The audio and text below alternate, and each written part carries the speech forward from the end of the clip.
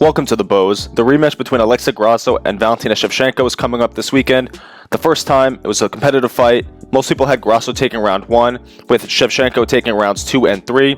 Then at the end of round 4, a round that looked like it was going to be Shevchenko's, Valentina throws a spinning back kick from way too close, and Grasso jumps on the back and chokes her out. So who wins the rematch? Based on what I saw in the first fight, I have to pick Shevchenko. It looked like she was on her way to being up 3-1, and she started finding success with her jab and mixing up the takedowns, which was keeping Grasso guessing. The takedowns and jab were both acting as disruptors to the rhythm of Grasso, and that's why she wasn't having quite as much success in the boxing as she did in round 1. She was still doing well, but she was really tagging Shevchenko in that first round. My only reservation is, statistically speaking, when an older champion loses their belt to a younger challenger, you don't see the older fighter win it back too often. Shevchenko's getting up there in age at 35 now, and Grasso's only 30. The reason being is the younger fighter often has more room for growth than the fighter who has been doing it for so long, and the younger fighter will often make bigger strides of improvement in between fights, which leads to more adjustments that can be made in the rematch. But I have to go with my gut here. I have to go with Valentina, even though she's about a minus 170 favorite, depending where you look. I still don't mind those odds. Although it would be hard to call the Grasso dog money a bad bet at this point. She has a real shot again. I would argue an even better shot than last time. For Shevchenko to win, 1, she can't throw that spinning back kick again, obviously. At first, I thought Grasso's team did something to plan for that they knew she was going to throw that spinning back kick in from way too close. I thought her team figured that they would jump on the back when she spins, but after rewatching, I just think Grasso was being opportunistic. And the second time she threw it, she was just far too close to Grasso that it didn't make much sense at all to really throw it from that range. And of course, in hindsight, it was far too risky. She gave up her back really easily. I think Grasso just made that read in real time after the first spinning back kick Valentina threw and capitalized on it the next time she threw it. I think another adjustment Valentina will make, or at least she should have done this, is spar more with southpaw fighters. Grasso found a lot of success switching to southpaw. She was able to land her cross much better, the jab, and she was able to take away a lot of Valentina's kicks in close stance, and I think Grasso's team planned for that. Southpaws like Valentina are usually far more used to fighting fighters in open stance, and orthodox fighters are usually more comfortable fighting in closed stance. So Grasso switched it up by going southpaw herself, which limited a lot of Valentina's offense, especially her kicks, and now she's in a position where she's more comfortable to fight in that closed stance. That favors Grasso. She's more comfortable in that. Also, when both fighters are in the same stance, either both orthodox or both southpaw, you were closer to your opponent.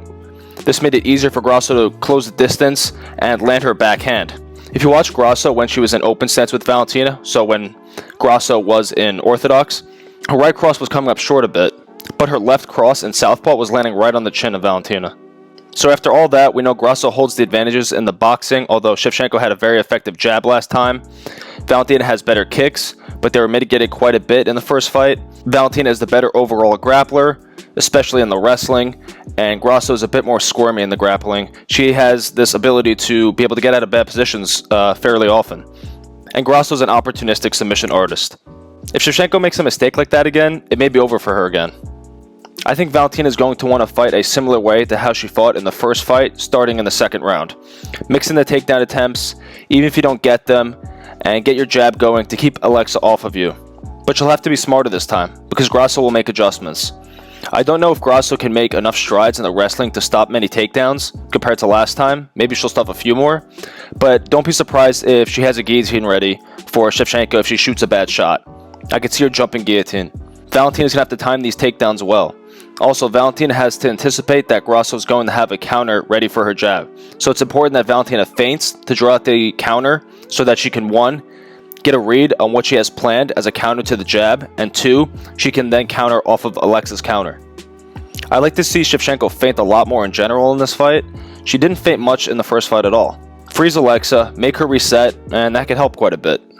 This is ultimately why I'm going with Shevchenko. She seems to be athletically still on par with Grasso, even though she is aging, and I feel like Shevchenko can make more adjustments. At the very least, the adjustments on Shevchenko's side just seem a lot more apparent to me. Maybe I have to think about the adjustments Grasso can make a bit more, but I think the real threat is that we don't know how much better she has gotten since the first fight. She is young and could have made big strides in this time. If this fight goes to decision, I think Valentina takes it. If it goes to decision, then I think Valentina will have found her takedowns, controlled Grasso on the ground a lot, did some ground and pound, and have made it a competitive enough fight on the feet to win at least 3 rounds. She has more tools and used them pretty effectively in the first fight. She just has to ditch the spinning attacks, especially if she's throwing them naked, and she has to not do that headlock throw. It hasn't worked for her in a while, and it's been putting her in bad positions when it doesn't work out. I'm also a little concerned how Valentina said that if she didn't throw that spinning back kick, she would have won. Although that is likely true, I hope she and her team don't think that they don't need to make additional adjustments on top of that, because they'll have to. If there's a finish, I think it's because Grasso gets another opportunistic submission from a mistake Valentina makes, either a guillotine from a telegraph takedown attempt, or another back take to a rear naked choke. With that being said, I think the first option is more likely. I'm picking Valentina Shevchenko to win this one, and if I had to pick a method, I think it'll be a decision win. Thanks for watching. Leave a like, leave a comment below. Who do you think wins the rematch? Is it worth laying chalk at Valentina, or is the reigning champion at plus money the better bet?